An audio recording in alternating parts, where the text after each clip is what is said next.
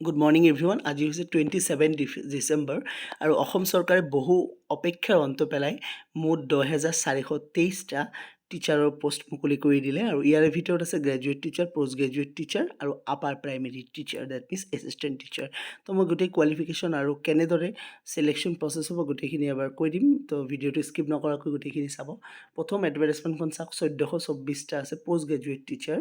এই post graduate টিচাৰৰ qualification হ'ব লাগিব আপোনাৰ পষ্ট গ্ৰেজুৱেট কৰা হ'ব লাগিব কেণ্ডিডেটজন, 50% মাৰ্কছ লাগিব পষ্ট গ্ৰেজুৱেশ্যনত আৰু BEd কৰা হ'ব লাগিব। ঠিক আছে। যদি আপুনি বেংগলী মিডিয়ামৰ পৰা এপ্লাই কৰে তেতিয়াহ'লে মেট্ৰিক বেংগলীত পাছ কৰা হ'ব লাগিব। আছামিছ মিডিয়াম এপ্লাই কৰিলে মেট্ৰিকত আছামিছ মিডিয়ামৰ পৰা পাছ হ'ব লাগিব। তেনেদৰে হিন্দী বড়ো আছামিছ মিডিয়ামৰ বড়ো বা হিন্দী মিডিয়ামৰ পৰা মেট্ৰিক পাছ হ'ব লাগিব। ঠিক আছে। বাকী মই ডাইৰেক্টলি চিলেকশ্যন প্ৰচেছত গুচি যাওঁ। যে এই পষ্ট গ্ৰেজুৱেট টিচাৰ হ'ব teacher eligibility test cum recruitment. বুজি পাইছেনে? 140 মাৰ্কৰ পৰীক্ষা হ'ব। Pedagogy 50 mark, about Assam and its people 50 mark, general English 30 mark, general studies and current affairs 10 mark, এই মিলে 140 মাৰ্কৰ পৰীক্ষা হ'ব। ঠিক আছে। তো আপোনাৰ NCC কৰা হ'লে 5 মাৰ্ক এটা এক্সট্ৰা পাব। যদি আপুনি আগতে হায়াৰ ছেকেণ্ডাৰী টেট পাছ কৰি থৈছে কিন্তু আপোনাৰ এপইণ্টমেণ্ট হোৱা নাই তেন্তে আপুনি 5% এটা এক্সট্ৰা পাব। কিন্তু এই টেষ্টটো আপোনাৰ দিবই লাগিব। Candidates who have passed earlier higher secondary TET but not been appointed till date get 5% extra mark in TET. ঠিক আছে। for maximum or maximum 5 marks in the selection postgraduate teacher 5% marks দিব আৰু নহ'লে 5% extra marks মানে maximum 5 marks দিব। ঠিক আছে। তো 1:1 হিচাপত আপোনাৰ চিলেকশ্যন দিয়া হ'ব। ডেট মিনছ এটা পোষ্টৰ এগেইনষ্টত এজনে চিলেকশ্যন পাব। ঠিক আছে। তো ছেকেণ্ড নটিফিকেশ্যনটো দেখাম আৰু এই নটিফিকেশ্যনটোৰ ওপৰত বিতংভাৱে মই অহাকালি আপোনালোকক মানে গোটেইখিনি বুজাই দিম যে কোৱালিফিকেশ্যন বা আপোনাৰ চিলেবাছৰ বিষয়ে বিতংভাৱে কনফিউজন আছে হয়তো আপোনালোকৰ। অহাকালি মই পুনৰ এটা ভিডিঅ' বনাই দিম। তো এইটো চাওক, গ্ৰেজুৱেট টিচাৰ 7,249টা 7,249টা পোষ্ট আছে। ঠিক আছে। ইয়াৰে কোৱালিফিকেশ্যন কি লাগিব চাই লওক এবাৰ। কোৱালিফিকেশ্যন হৈছে আপোনাৰ মিনিমাম এডুকেশ্যনেল কোৱালিফিকেশ্যন আৰ্টছ অৰ ছায়েন্স গ্ৰেজুৱেট টিচাৰ হ'ব লাগিব। আৰ্টছ আৰু ছায়েন্স গ্ৰেজুৱেট টিচাৰৰ ছেম কথা যে for the post graduate arts for the post of graduate teacher arts candidate must be arts or commerce graduate or post graduate arts and commerce. ঠিক আছে। With at least 50% mark in graduation or post graduation. ঠিক আছে। Graduate টিচাৰৰ ক্ষেত্ৰত minimum qualification হৈছে graduate কৰা হ'ব লাগিব কিন্তু 50% মিনিমাম মাৰ্কছ লাগিব আৰ্টছৰ অৰ কমাৰ্চৰ হ'লে হ'ল। ঠিক আছে। পোষ্ট গ্ৰেজুৱেট হ'লেও কোনো প্ৰব্লেম নাই, লগতে আপোনাৰ BEd হ'ব লাগিব। ঠিক আছে।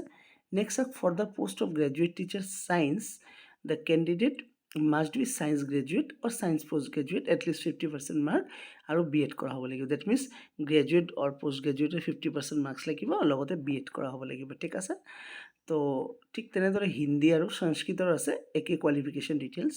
তো মই ডাইৰেক্টলি আপোনাৰ চিলেকশ্যন প্ৰচেছটো দেখাই লওঁ। তো চিলেকশ্যন প্ৰচেছটো চাই ল'ব একবাৰ কি আছে।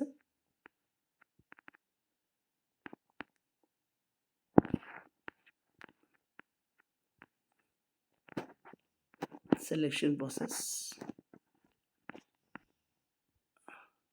এখন আছে চিলেকশ্যন প্ৰচেছ। চাওক কি লিখিছে যে teacher eligibility test cum recruitment test. Same ইয়াতো teacher eligibility test cum recruitment test দিব লাগিব। ঠিক আছে। তো টেষ্ট কাম ৰিক্ৰুটমেণ্ট টেষ্টত 140 মাৰ্কৰ এক্সাম হ'ব। তাতে মেনশ্যন কৰিছে 50 মাৰ্ক থাকিব pedagogy, about Assam and its people 50 mark থাকিব, ইংলিছত 30 mark, general study and current এফেয়াৰ্ছত 10 মাৰ্ক আৰু ছেম কথা NCC হ'লে 5 মাৰ্কছ এটা এক্সট্ৰা পাব বা আপুনি কোনো স্পৰ্টছ নেশ্যনেল লেভেল খেলিলেও 5 মাৰ্কছ এক্সট্ৰা পাব। যদি আপুনি আগতে হাই স্কুল টেট পাছ কৰি থৈছে, এই যে 2 নম্বৰ পইণ্টটো candidates who have passed earlier high school TET and not have been appointed till date 5% of the marks. ত' ডেট মিনছ আপুনি 5% এটা ৱেইটেজ পাব যদি আগতে আপুনি হাই স্কুল টেট পাছ কৰি থৈছে। তাতকৈ বেছি আপুনি কোনো ধৰণৰ ইয়াতে ৱেইটেজ নাপায়। এক্সাম আপোনাৰ দিবই লাগিব। ঠিক আছে। ছেম ইয়াতো 1:1 হিচাপত লোৱা হ'ব। এটা পোষ্টৰ এগেইনষ্টত এজন কেণ্ডিডেটক মাতা হ'ব। ঠিক আছে। তাৰপিছত কি লিখিছে 1 number point, in case the any remains vacant post after the merit list 1:2 then the maximum 2 more number of merit list will be published. That means যদি পোষ্ট কিবা ভেকেণ্ট থাকি যায় তেতিয়াহ'লে 2টা মেৰিট লিষ্ট প্ৰিপেয়াৰ কৰা হ'ব। ঠিক আছে। তো 7,249টা গ'ল আপোনাৰ গ্ৰেজুৱেট টিচাৰ। নেক্সট মই ইউ পি টিচাৰৰখিনি আপোনালোকক দেখাম, আপাৰ প্ৰাইমেৰী, ঠিক আছে। আপাৰ প্ৰাইমেৰীত কিন্তু কোনো ধৰণৰ টিচাৰ কাম ৰিক্ৰুইটমেণ্ট টেষ্ট নহয়, ঠিক আছে। ইয়াতে আছে 1750টা পোষ্ট। ইয়াতে আপোনাৰ আগতে আপুনি টেট পাছ কৰা কেণ্ডিডেট হ'ব লাগিব, ঠিক আছে। তো হায়াৰ ছেকেণ্ডেৰী, ছিনিয়ৰ ছেকেণ্ডেৰী এইবিলাক জানেই আপোনালোকে।